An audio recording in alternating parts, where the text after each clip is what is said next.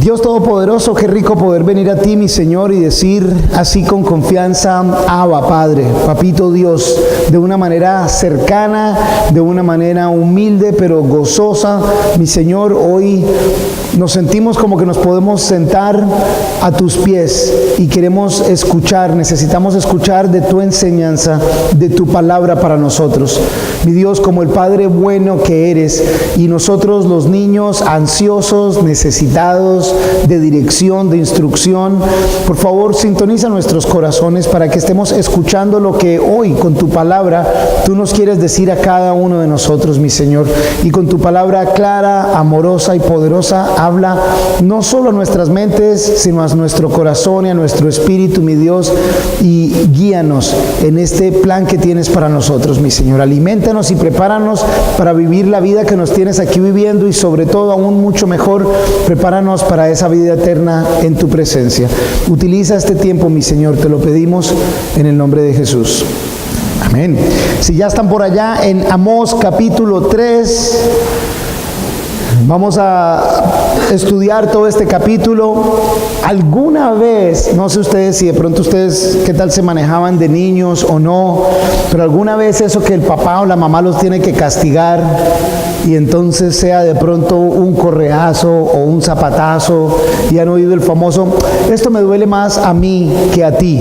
¿Alguna vez le han dejado? Y uno, no te va a doler más a ti, me va a doler más a mí, dice uno, por el dolor físico.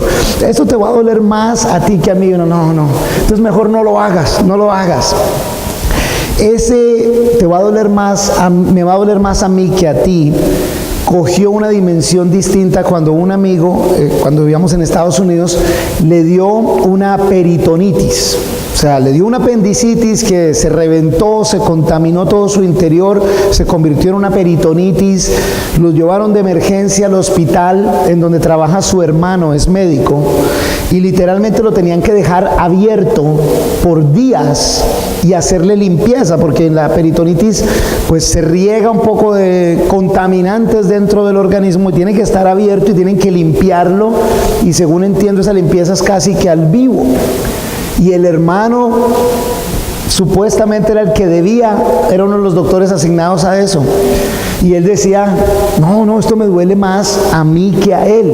Y literalmente el hermano dijo: no lo puedo hacer, por favor ayúdenme, porque no soy capaz de hacerlo con mi hermano, no soy capaz. Por supuesto, era un doctor que estaba en un área, en un hospital muy grande que recibía bastantes emergencias y que lidiaba con cosas así, lo hacía, pero con su hermano literalmente dijo: no lo puedo hacer. Mi amigo me cuenta que en una incluso el hermano, tratando de hacerlo, casi se desmaya de ver el dolor del otro. Literalmente le dolía más a él que al otro. El que estaba sintiendo el dolor físico le decía a su hermano: tranquilo, dale lo que tengas que hacer, aunque estaba en mucho dolor. ¿Saben? El título de hoy es ese: me va a doler más a mí que a ti. Y por supuesto no estamos hablando de mí, pero creo que el estudio de hoy nos muestra cómo este Abba Padre, este Papito Dios, a Él le duele más que a nosotros cuando nos tiene que disciplinar. Y en esta situación, en este contexto histórico de la nación de Israel, indudablemente vemos cómo a Él le va a doler más de lo que les duele al pueblo de Israel, a la nación de Israel, las circunstancias por las cuales van a tener que pasar. Amós capítulo 3, los primeros 2 versículos, el profeta dice, por la visión que Dios le ha dado: oigan esta palabra que el Señor ha hablado contra ustedes, oh hijos de Israel, contra toda la familia que hice subir de la tierra de Egipto. Dice así: solamente a ustedes he conocido de todas las familias de la tierra. Por tanto, los castigaré por todas sus maldades. Y meterse uno en un problema con la autoridad máxima y ya escuchar: los castigaré por todas sus maldades. En el capítulo 1 y 2, en la introducción, hablaba de muchas de esas maldades, y ahora aquí es: por todas esas maldades los voy a castigar. Y digo que le va a doler más al Señor que a nosotros. En la segunda parte del versículo 1 dice: ustedes son la familia que hice subir de la tierra de Egipto. Solamente a ustedes he conocido de todas las familias de la tierra. No tienes que ir allá, pero en Génesis, en el capítulo 12, en los primeros versículos, te lo leo. Entonces el Señor dijo a Abraham: vete de tu tierra, de tu parentela y de la casa de tu padre, a la tierra que te mostraré. Yo haré de ti una gran nación, te bendeciré y engrandeceré tu nombre y serás bendición. Bendeciré a los que te bendigan y a los que te maldigan maldeciré, y en ti serán benditas todas las familias de la tierra. Por eso es que el Señor puede decir aquí: solo a ustedes los he conocido de todas las familias de la tierra. Porque en Génesis capítulo 2 el Señor a través de Abraham escoge a Abraham y le dice: oye, de ti haré una gran nación. Por eso ustedes, Israel, son los únicos a quienes yo he conocido de esta manera. El Señor nuestro Dios, que conoce y sabe todo, de esa manera especial conoce a la familia de Israel. No solo eso, pero que también dijo hace un momento que fue a los que hizo subir de la tierra de Egipto. Y por supuesto, de seguro la mayoría conocemos la historia de liberación del pueblo de Israel de la esclavitud en la nación de Egipto. El faraón como los oprimía. No solo el Señor los escogió, no solo el Señor les dio una promesa de hacerlos una gran nación y de ser bendición para todas las naciones, a todas las familias de la tierra, sino que el Señor los rescata, los libera milagrosa, sobrenaturalmente. Y es precisamente por eso que el Señor utiliza de argumento: los castigaré por todas sus maldades. O sea, el Señor está diciéndoles a ellos, y a nosotros nos hace ver esta noche, que Él ama a este pueblo, que Él ha hecho lo correcto con este pueblo, que Él los ha rescatado y ha hecho todo. En el capítulo 1 y 2 vimos esa introducción también de todo lo malo que han hecho y lo grande que es el Señor, pero lo que pasa es que ellos están haciendo algo malo, de una manera similar pero peor a la infección que mi amigo tenía en su interior. Como se había llenado de contaminantes el interior de su cuerpo, la nación de Israel está completamente contaminada, está envenenada. Si no se hace algo, va a morir, va a perecer. Y de la misma manera en que esos doctores tienen que venir y sacrificarse por el dolor físico que este humano está resistiendo, que está padeciendo, ellos tienen que cuidadosamente limpiar. El Señor tiene que tomar acciones con respecto a las actitudes del pueblo de Israel. Los escogió, los liberó, pero ahora ellos provocan esta actitud y esta situación, y algo tiene que hacerse con ellos. Es un gran privilegio haber sido escogidos como nación. Es un gran privilegio haberlos rescatado, y de la forma en que lo hizo Dios. Varias veces el Señor repite en el libro de Éxodo: y todas las naciones sabrán que yo soy su Dios. Y todas las naciones sabrán. Y cuando otras naciones se oponían, el Señor peleaba por ellos. Y otras naciones sabían: oh, no, el Señor, el Dios de Israel, pelea con ellos. El Señor, el Dios de Israel, es el Dios. Sin embargo, ellos han escogido hacer otras cosas. Ese privilegio que tienen como que no es valorado, como que no es apreciado.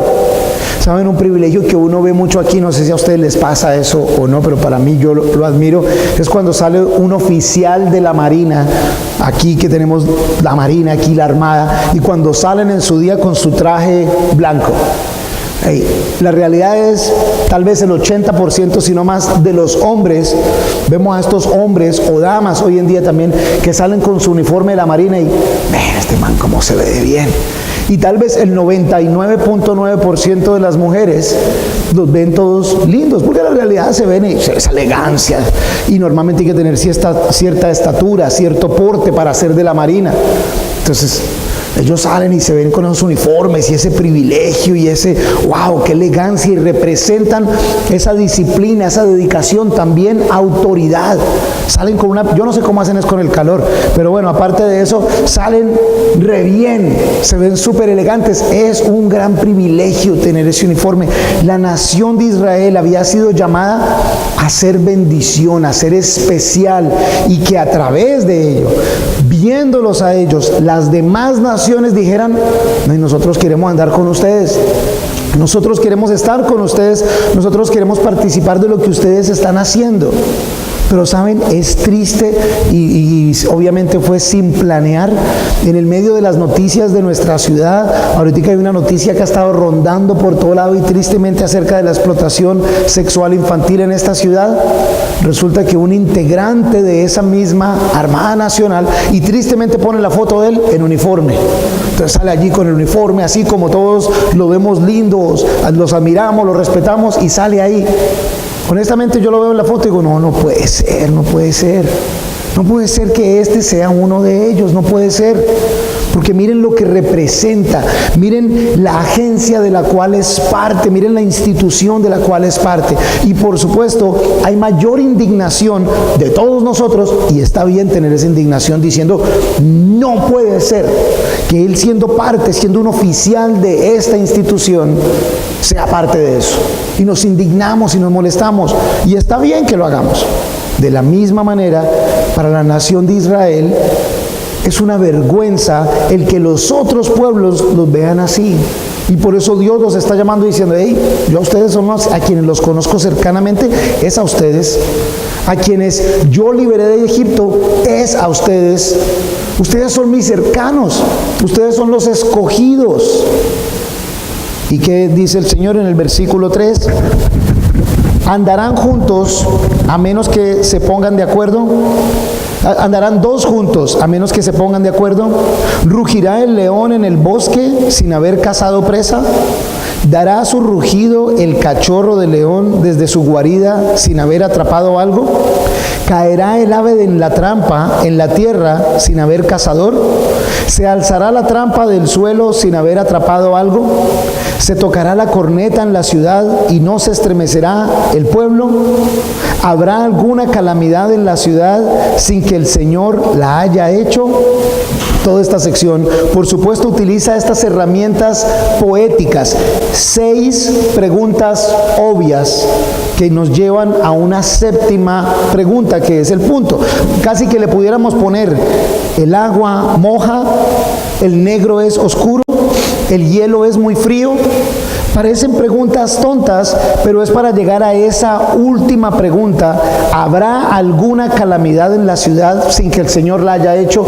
En otras palabras, tan cierto como que el negro es oscuro, tan cierto como que dos personas no pueden caminar juntas si no están de acuerdo, tan cierto como todo eso otro, cuando les llegue el castigo, cuando les llegue la mala, ténganlo claro que fue de parte mía, fui yo.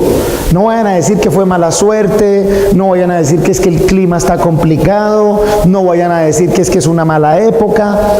Ténganlo por seguro de que cuando llegue el castigo, cuando llegue la calamidad, dice en esta traducción, es el Señor quien lo ha hecho.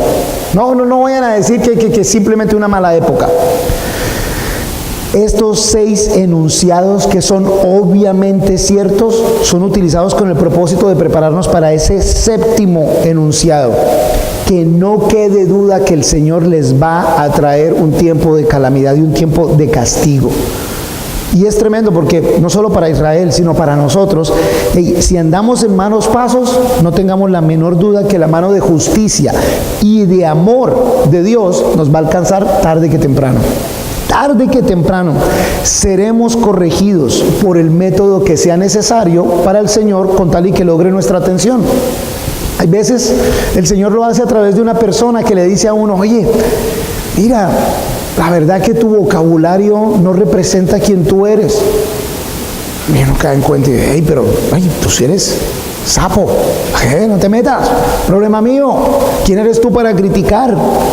De pronto, de alguna manera viene esa respuesta, o a través de alguien que lo exhorta a uno: oye, tu manera de tratar a las personas no es la correcta, no va a ser permitida en esta empresa, o no es aceptable.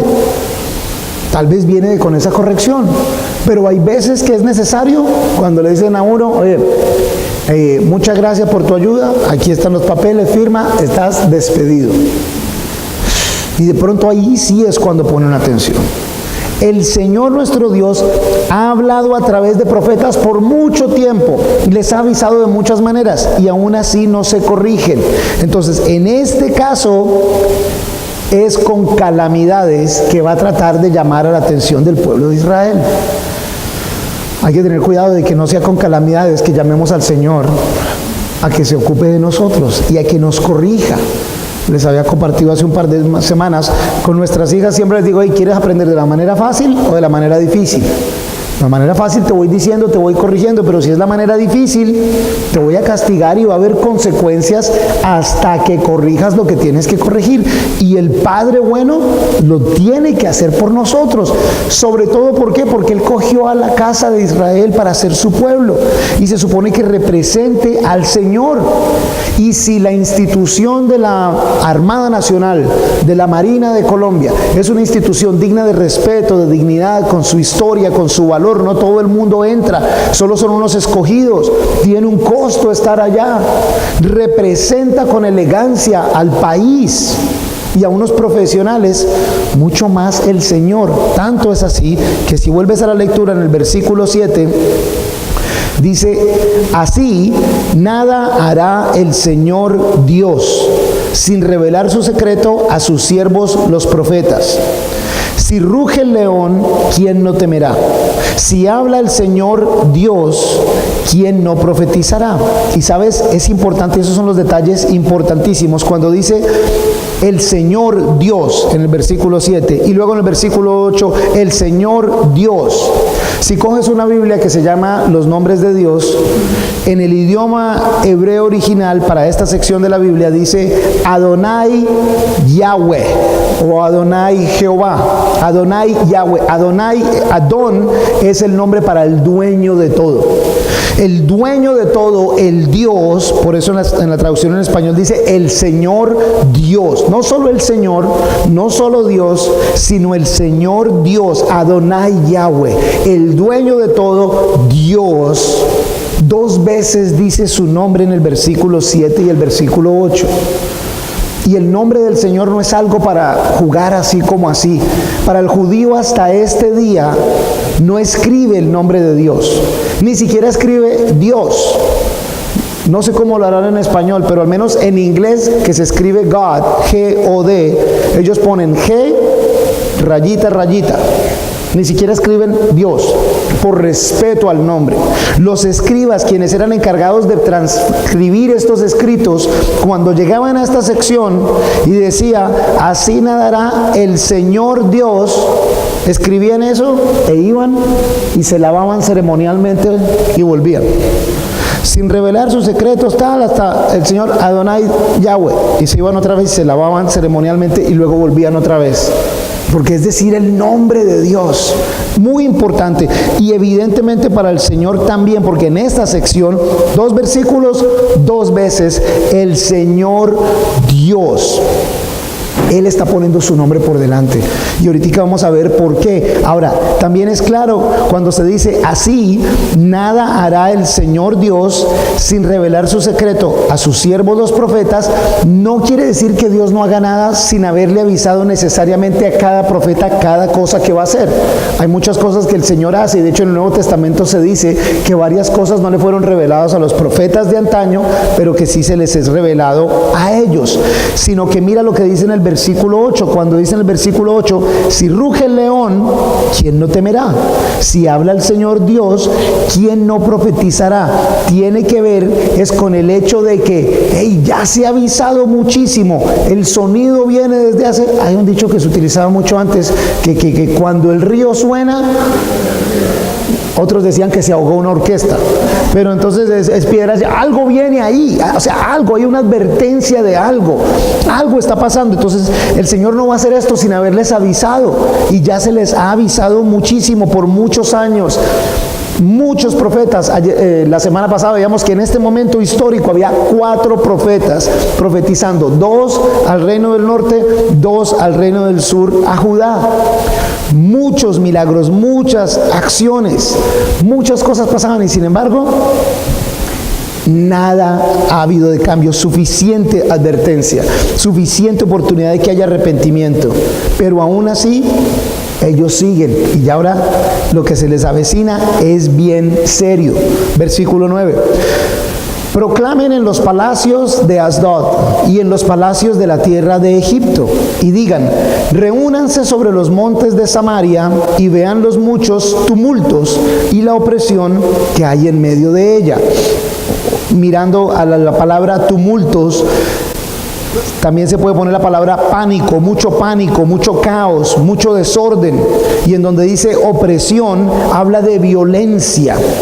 Entonces vean los mucho pánico, caos, desorden, tumultos y la opresión, la violencia que hay en medio de ellas. Fíjense lo que está haciendo el Señor. Los palacios, Asdod era una de las ciudades principales del pueblo filisteo. Entonces el Señor está llamando a los filisteos a que vengan de los palacios de la tierra, y a Egipto, enemigo tradicional de Israel también. O sea, el Señor está llamando a los filisteos, un enemigo del presente, a Egipto, un enemigo del pasado relativamente. Reúnanse en los montes de Samaria. Y otra traducción más moderna dice, reúnanse en los montes y siéntense a ver el caos, el desorden, el pánico, la violencia del pueblo de Israel. El Señor, vengan a ver ustedes los enemigos para quienes la nación de Israel ha sido quien los ha vencido, que la nación de Israel se supone que fuera el ejemplo para ustedes. Vengan ustedes a ver lo mal que está el pueblo de Israel, y los convoca el mismo Señor a través del profeta. Vengan ustedes nuestros enemigos, vengan ustedes a quienes debiéramos nosotros influenciar, vengan ustedes, siéntense a ver el show decadente que tiene la nación de Israel. A ustedes de seguro sí les ha pasado, a todos nos tiene que haber pasado en un momento, y si no te ha pasado, preocúpate porque te va a pasar. ¿No te han dicho por ahí alguna vez, ja, y tú que te crees muy cristiano, y no es que eres cristiano? Y tú que te la pasas dizque leyendo la Biblia, ¡ja!, con todo y como habla o con todo y como hace, y dizque cristiano. ¿Alguna vez a alguno de ustedes les ha pasado? Cuando por ahí uno se descacha, cuando por ahí uno dice algo que no era, cuando de pronto uno tiene una mala actitud. Mi mamá le decía a uno, lo que la pasa haciendo es morcillas al diablo, decía mi mamá. Porque una cosa es allá en la iglesia y otra cosa es aquí. Ojalá supieran allá en la iglesia como es aquí. ¿A algunos de ustedes les ha pasado que algún familiar, amigo, ser querido le diga así? Solo a dos, no, a varios de ustedes. ¿Y cuál es la respuesta de uno inmediatamente? Más piedra le da a uno. ¿Ah, sí? No se meta con la iglesia, no se meta con lo que yo creo. Uno como que más todavía se ofende. ¿Saben? No solo el pueblo de Israel evidentemente estaba fallando en el tema del pacto, lo que se suponía que hicieran delante del Señor, sino que al convocar dos naciones paganas, dos naciones idólatras, dos naciones violentas, dos naciones desordenadas, a decirles, vengan a ver el paganismo, la idolatría, el desorden y la violencia del pueblo de Israel. Quiere decir, aún para el estándar de los egipcios y de los filisteos, los israelitas están todavía peor. Están todavía peor. Oye, muy similar a lo que vivimos hoy en día. Sí, nosotros hemos cometido errores, entonces algunos de nosotros, y alguien, un familiar, un ser querido, nos ha sacado ¿y tú qué te crees de cristiano?, para darle a uno más duro en la herida. Pero tristemente es lo que muchos hoy en día incluso utilizan para decir, por eso es que yo no voy a la iglesia, porque miren ustedes los cristianos cómo son. Y usted que se las tira de cristiano y mire lo incumplido que es, y mire lo tramposo que es, y mire lo mala persona que es, y mire lo mentiroso que es, y mire lo grosero que es, y mire y ahí sigue la lista bien larga. Y entonces gente dice, si eso es ser cristiano, yo no voy para allá, ¿para qué voy a ir allá? A que me manipulen, a que me exploten, a que se aprovechen de mí. Y no hay ningún cambio, no hay ninguna diferencia en este caso. El mismo Señor los convoca. ¿Será que pudiera ser que a veces el Señor coge a una persona de esas y nos saca a ese, y tú no y que eras cristiano, para hacernos ver en cuenta que estamos fuera de línea, y que en vez de ponernos bravos de pronto debemos caer en cuenta y decir, hey, men, sí, esto está mal. Yo no debo hablar de esta manera, yo no debo actuar de esta manera. Pudiera ser que el Señor a veces utiliza a alguien para decirle a uno, oye, tú no eres de los que va a la iglesia tales días. Ajá, ¿y tú por qué estás participando de este torcido que tenemos nosotros acá? Pudiera ser que en vez de ser bendición para las naciones, porque somos reflejo de lo grande que es Dios en nuestras vidas, nos volvemos hay veces maldición para las naciones al no demostrar y reflejar al gran Dios al cual servimos. En el caso de Israel en ese momento, esa es la historia. Por eso Dios convoca a esas personas a ver el espectáculo de lo que la nación de Israel se ha vuelto. Pero el Señor primero habló de su nombre, Adonai, Yahweh, el Señor Dios, como quien dice, hey, yo estoy llamando a esta gente a castigarla, pero eso no está en armonía con mi nombre. Este no es quien yo soy. Estos son ellos sin mí. Versículo 10, de hecho, si ves en el versículo 10 dice, no saben hacer lo recto, no saben hacer lo recto, los que atesoran violencia y despojo en sus palacios, dice el Señor. Por tanto, así ha dicho el Señor Dios. Otra vez, Adonai Yahweh. Un enemigo vendrá por todos los lados de la tierra, echará abajo tu fortaleza y tus palacios serán saqueados. Así es lo que dice al principio, no saben hacer lo recto. Los que atesoran violencia, o sea, valoran la violencia y el despojo en sus palacios. El despojo es almacenar lo que han robado a la fuerza, de lo que han despojado a otros. Y la semana pasada vimos como dentro de la misma nación de Israel, cogían al otro israelita pobre y le quitaban hasta la ropa, hasta las sandalias vimos. Tú me debes, entonces te quito la ropa, te quito las sandalias, olvídate, quédate desnudo en la calle, no me importa, yo tengo mis cosas. ¿Para qué? Para amontonarlo. Hey, esto lo cojo yo porque esto me corresponde a mí. ¿Cómo estaban explotando ellos mismos dentro de la nación de Israel, que está en un momento de prosperidad económica, de fortaleza militar? Pues la ambición hace más materialistas a los que ya tienen, al punto de quitarle a la misma gente de Israel. Y el Señor con eso les dice, no saben hacer lo recto, no saben hacer el bien, valoran la violencia, o sea, se aprovechan de su fuerza para despojar a otros y almacenan lo que han robado a la fuerza. No están despojando al otro para comer, lo están almacenando. Saben, con la ayuda de una Biblia arqueológica, veía cómo han encontrado en una de las ciudades israelíes que han excavado de antigüedad, que por el siglo 8 antes de Cristo, históricamente se estima que esto fue escrito en esa época, las casas eran más grandes y encontraban asentamientos de casas más grandes, pocas, y luego otras de casas bien reducidas, bien simples. A diferencia de como era antes, en donde las casas eran más, digamos que medianas, en su mayoría. Y una que otra casa grande que normalmente correspondía a uno de los gobernadores o personas de responsabilidad en la ciudad. En esta época, de acuerdo a excavaciones arqueológicas, se veían las casas estrato 7, algunas, y la mayoría estrato 1, demostrando un gran bache entre los que tenían unos pocos y los que no tenían casi nada, y había una gran explotación. En este libro, a través del profeta Amós, mucho se habla de la explotación material, del materialismo del mismo israelí con el mismo israelí, dándose en ellos mismos, los mismos judíos, dándose en duro, quitándole a los otros pobres. Pero en esta sección el Señor habla de cómo son ellos y nuevamente pone su nombre ahí 2 veces, el Señor Dios. Y aquí va uno de los primeros juzgamientos. Un enemigo vendrá por todos los lados de la tierra, echará abajo tu fortaleza y tus palacios serán saqueados. Serán saqueados. Esa profecía se cumple alrededor de 30 años después, cuando el imperio asirio invade y oprime a Israel por mucho tiempo. Destruye, causa devastación. Una devastación grandísima, una devastación extensa, tanto así que mira como dice en el versículo 12. Así dice el Señor: de la manera que el pastor libra de la boca del león 2 piernas o la punta de la oreja, así escaparán los hijos de Israel, que en Samaria se sientan en un borde de la cama o en un diván de Damasco. como es un estilo poético, tienes que ponerte a mirar, bueno, ¿qué es lo que está diciendo aquí el Señor? Y la primera parte, esa de que el pastor libra de la boca del león 2 piernas o la punta de la oreja. Saben, no hay que ir allá, pero en Éxodo, en el capítulo 22, en distribución de leyes y comandos y cosas, se dice: si por ejemplo Diego me presta y me dice a mí, oye, cuídame estas 10 ovejas. Pero listo, Diego, yo te cuido las 10 ovejas.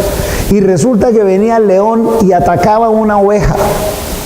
Y el león se suponía que yo debía lucharle al león, espantar al león y recuperar y ir a donde Diego y decirle: mira, Diego, ahí están las 9 y esta 10ª, mira, aquí traigo una pata y traigo otra pata y esto creo que era la cabeza, no sé, parece un ojo. Esto, porque es que un león atacó y pues yo alcancé a recuperar eso. Al yo hacer eso, la ley decía que entonces ya yo no le debo esa oveja a Diego, porque no fue mi culpa que un león vino y yo al menos recuperé eso. Yo no podía llegar y decirle: oye, a Diego, llegó un león y se comió una oveja. Si yo no traía nada, yo le tenía que pagar la oveja a él. Eso era una instrucción para esa época. Aquí en este caso, el Señor está diciendo: hey, los pedazos de 2 piernas y la punta de la oreja, así escaparán los hijos de Israel. Cuando el imperio asirio viene, devasta el reino del norte primero, luego lo hace con Judá, pero devasta el reino del norte, quedan unos que son exiliados y son enviados al exilio, a ser esclavos del imperio asirio. A eso es a lo que se refiere.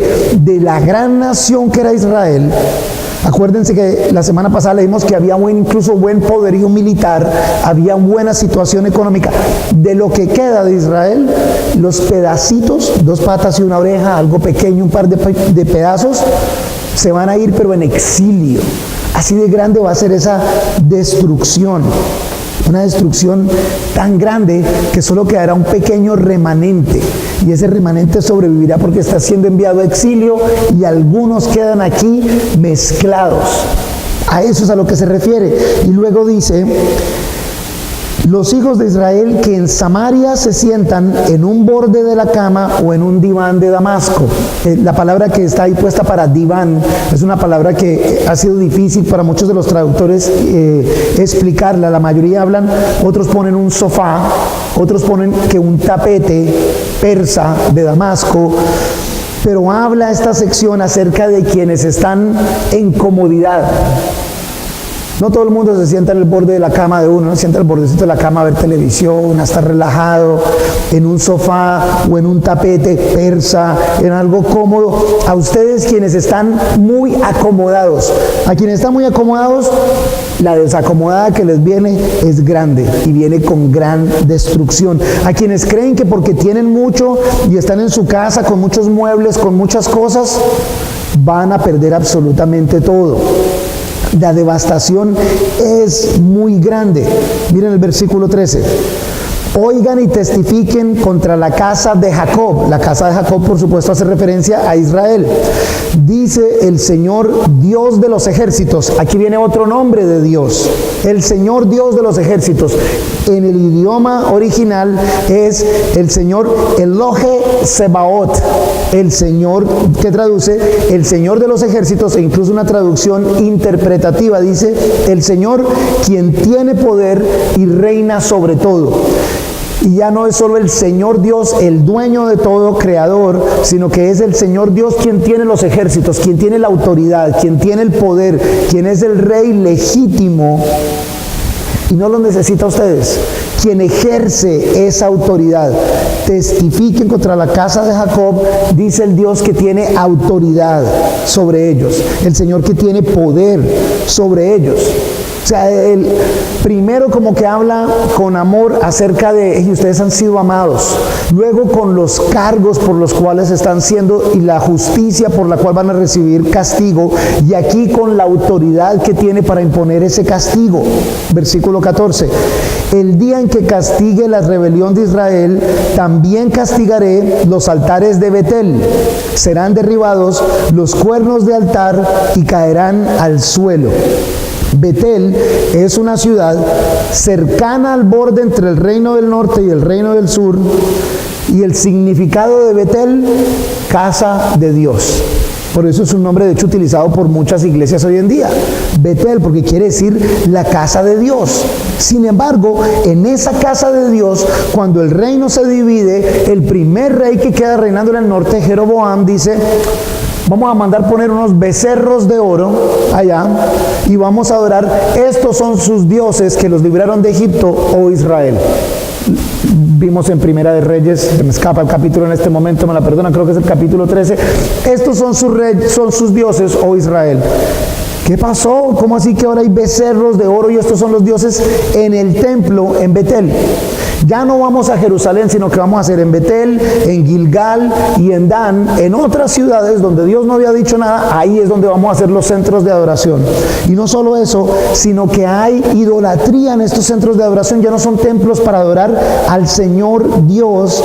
Y por eso el Señor Dios dice: castigaré esos altares, serán derribados los cuernos del altar y caerán al suelo. En esa época se hacían esos cuernos, y de hecho hoy en día todavía en algunos elementos de arquitectura se utilizan los cuernos como un símbolo de imponencia. En la época, más que todo, eran ese símbolo de la imponencia de los animales grandes, elefantes y otros animales que tenían cuernos grandotes, porque mostraba esa imponencia, ese poder, esa fuerza. Y creo por eso el Señor utiliza aquí: los cuernos del altar serán derribados y caerán por el suelo. Todo lo que han puesto en la casa de Dios será derribado y caerá por el suelo. Y así como con ellos, nos invita a nosotros a tener cuidado de qué es lo que pongo en la casa del Señor.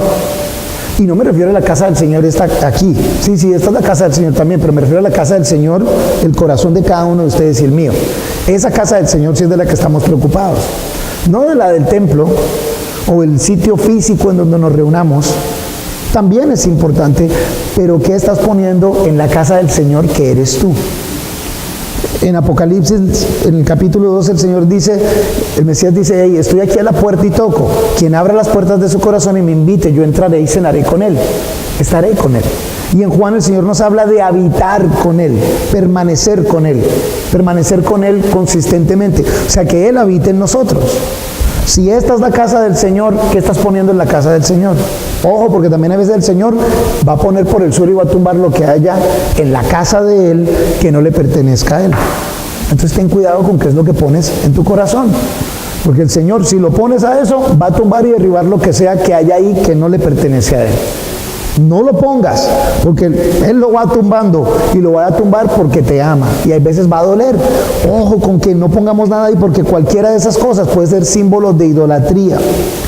Y en el versículo 15: yo golpearé la casa de invierno junto con la casa de verano, y las casas de marfil perecerán. Muchas casas serán arruinadas, dice el Señor. En la introducción lo leímos. Esta es una de esas pocas secciones, y las excavaciones arqueológicas de una de las ciudades, la casa de verano y la casa de invierno. Y se ha encontrado como en la época había algunos que tenían casa de verano, casa de invierno. Tenían dos casas. Y no solo eso, casas de marfil. Había quienes tenían su casa bien, o sea, eso era cocina importada, cerámica italiana por todo lado, estuco bien terminado, buena pintura, bien casas lujosas. Serán arruinadas, dice otra vez el Señor. Indudablemente, como vimos en esta sección, el poderío económico, el bienestar económico se ha vuelto un problema para la nación de Israel. Se ha vuelto un problema porque es más importante eso que el Dios de Israel. Es más importante eso que el bienestar de mi hermano que está al lado mío. Ya no había compasión. Uno de los pecados más grandes en todo este libro de Amós es que ya no hay compasión de la nación de Israel con su propia gente. No es siquiera con otras naciones, es con ellos mismos. Pero como siempre, cada vez que estudiamos la palabra, tenemos que pensar en el contexto de: ¿y en mi vida qué? Si es miren, es un espejo grandísimo. No somos de la nación de Israel, pero sí hemos sido escogidos por Dios. Si conocemos a Dios es porque Él nos escogió. Somos escogidos por Dios, pero ya nosotros no somos el pueblo de Dios, somos los hijos y las hijas de Dios. ¿Saben? Eso es lo que Juan 1:12 dice. A quienes le creyeron, a quienes le recibieron, se les dio el privilegio, el derecho de ser llamados hijos, hijas de Dios. Y yo sé que aquí hay muchos de esos. Vamos. Qué privilegio más grande. Por eso entonces mis puntos son: el primero, responde al privilegio con responsabilidad. Yo sé que de pronto dirás, sí, eso suena un poquitico redundante. Sí, tienes toda la razón. Es redundante. Para eso precisamente es: responde al privilegio de ser llamado hijo o hija de Dios con responsabilidad. El que sale de la escuela naval, el que sale con su uniforme de oficial de la Marina, no puede salir a hacer cualquier salvajada. Tiene que salir a manejarse con una manera de respeto, dando ejemplo. Debe inspirar admiración, respeto. Debe comportarse de una manera por encima de la de los demás. Y asimismo de toda autoridad, no solo el de la Marina, pero también de todo representante, vamos a decir, de una institución gubernamental, todo representante de la iglesia también. Pero no solo ahí, si es importante ser representante del gobierno, de la iglesia, ¿no es más importante ser representante de nuestro Padre en el cielo? Y cada uno de ustedes y yo lo somos.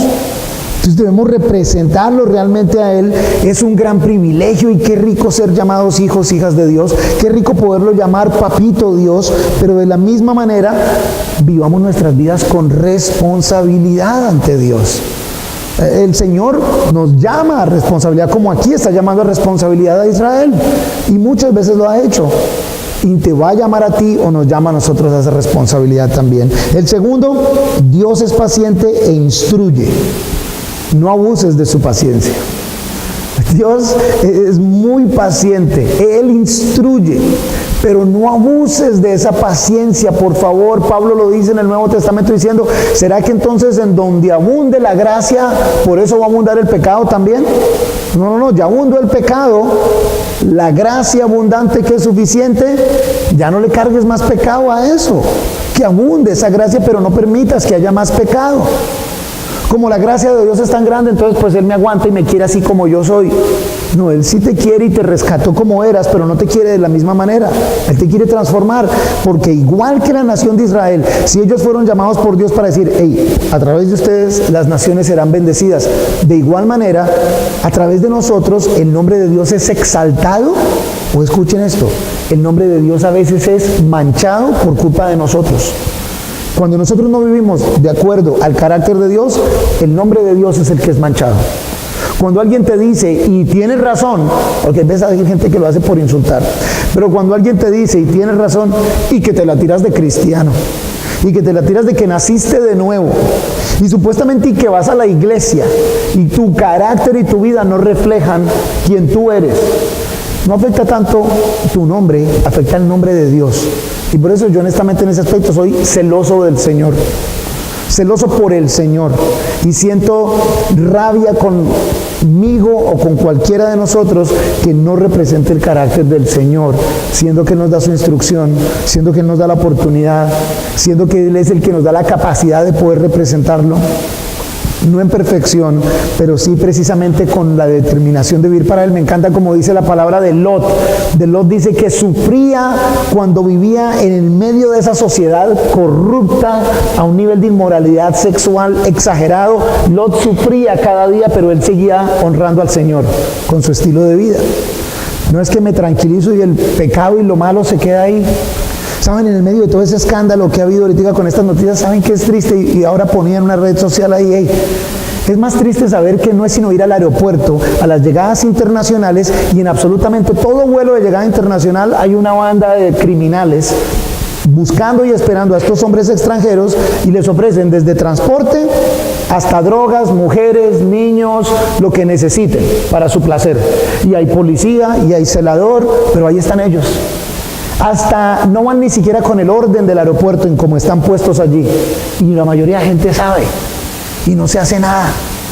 Y hoy nos ponemos bravos por los europeos y por los gringos pervertidos. Pero ¿y por qué vienen los gringos y europeos pervertidos aquí? ¿Y por qué no van a Lima, Perú? ¿Y por qué no van a Guayaquil, Ecuador? No digo que no vayan del todo, pero aquí es uno de los destinos sexuales más importantes del mundo, porque aquí sí estamos dispuestos a vender a los niños y a las niñas, si no, no vendrían acá. ¿En qué? O sea, ¿y la iglesia qué? Bien, gracias. ¿Y los que servimos al Señor qué? Hey, es un gran privilegio, hay una gran responsabilidad. Por eso ese es el otro punto. Dios te hizo para ser ejemplo y bendición para otros. Así era con Israel, mucho más con nosotros que somos sus hijos. Dios nos hizo para ser ejemplo y bendición para otros. No seas ejemplo de maldición, trayendo destrucción sobre ti y tu ciudad. Si vivimos de acuerdo al carácter de Dios, somos bendición para otras personas y traemos gloria al nombre de Dios. Si vivimos de una manera inconsistente con el carácter de Dios, traemos maldición para nosotros, castigo, y traemos destrucción sobre la ciudad en la que estamos, sobre la comunidad en la que estamos. Porque hay apatía, no hay compasión, no hay amor, no hay generosidad, a nadie le importa nada, cada quien por su lado, hay anarquía. Si la nación de Israel fue escogida para hacer bendición a las naciones, ¿qué diremos de la iglesia de Dios, de los hijos y las hijas de Dios? Mucho más todavía. Y finalmente, Dios vive y reina con toda autoridad, justicia y gracia. Él es el Señor, Adonai, Yahweh, el Rey de los ejércitos, el dueño de todo. Él no lo necesita a nosotros. Y si se trata de hacer justicia, va a hacer justicia. Y si se trata de, hey, muchachos, lo siento, me va a doler más a mí que a ustedes. Pero si tiene que sacar y dar un par de correazos, los va a dar. Algunos de nosotros ya hemos recibido algunos de esos correazos. Algunos de nosotros ya hemos dicho, no, ya yo no vuelvo a ganarme ningún correazo. No, ya. Ay, no. Pero algunos de nosotros, nadie se va a enterar, nadie me va a pillar, no va a pasar nada, hasta que llega el momento. Mi mamá cuando uno le hacía cosas le decía, bueno, espere, se la tengo guardada, le decía, se la tengo guardada, ya me ha hecho 3, 4 que le tengo, mire, pero una más, y ahí sí va a haber. Ya uno ya sabía, al menos por un buen tiempo tocaba sano. Pero 1 o 2 veces, veía yo esa correa, ya se rebosó la correa, tin. Y después estaba uno en medio de su dolor y decía uno, yo no vuelvo a pasar esta, a mí no me vuelve a pasar. A mí la verdad puedo contar, creo que 1 o 2 veces en toda mi vida, no más. Mi mamá, mi papá, 1. No crean que es por bueno, sino no, yo no quiero que me den duro, no quiero sufrir. Y ni mi mamá ni mi papá fueron ningunos abusadores, ni mucho menos, físicamente. Gracias a Dios me corrigieron. De ahí para arriba ya otros castigos eran otras cosas, porque no quiero pasar por esto. El Señor primero nos da esa gracia, nos da ese amor, pero no crean que el Señor le va a quedar cortico llamarnos a justicia también y a corregirnos. ¿Quieres aprender de la manera fácil o de la manera difícil? ¿Quieres representar el carácter de Dios y ser bendición para esta ciudad? ¿O quieres representar tu carácter, ser maldición para ti, para esta ciudad y manchar el nombre de Dios? Creo que la respuesta es fácil. Nada más tomemos acción. Padre, te damos gracias en esta noche, mi Señor. Te damos gracias por tu amor y por tu generosidad. Te damos gracias por el privilegio de poderte llamar Papito Dios. Te damos gracias por la gran bendición que esto es, Señor. Mi Dios, qué rico que es acercarnos a ti seguros y confiados de que aunque no nos merecemos estar en tu presencia, no nos podemos ganar tu gracia inmerecida y abundante, Señor. Tú nos permites acercarnos al Padre. De hecho, tú eres quien nos acerca al Padre y podemos confiadamente decirle, Abba Padre, Papito Dios. Pero te ruego, mi Señor, que tengamos la responsabilidad de ese privilegio, Señor. Que respondamos con responsabilidad a ese privilegio, Señor. Que esa bendición se convierta en ocasión de adoración para nosotros. Que esa bendición se cumpla en nuestra obediencia, mi Dios. Y que tu santo nombre sea exaltado por cómo tú has transformado nuestras vidas, Señor. Ayúdanos, Diosito lindo, que esto no se vuelva una religión y un juego de reglas y parámetros y cosas de hacer, Señor, sino que esto se vuelva en un estilo de vida de gracias, de adoración a quien tú eres, mi Señor. Transfórmanos, Diosito lindo, por favor. Fortalécenos, llénanos con tu Espíritu Santo para brillar la luz de tu santo nombre y de tu gracia y de tu amor a nuestra familia, a nuestra comunidad, a esta ciudad, a este país, a este mundo que tanto lo necesita, mi Señor. Nos encomendamos en tus manos y te pido que bendigas nuestro andar y nuestro proseguir de aquí en adelante, Señor, cada día, en cada parte, en cada sitio. Que tú vayas con nosotros y hagas tu bendita obra, te pedimos, en el nombre de Jesús. Amén. Vamos a ponernos de pie.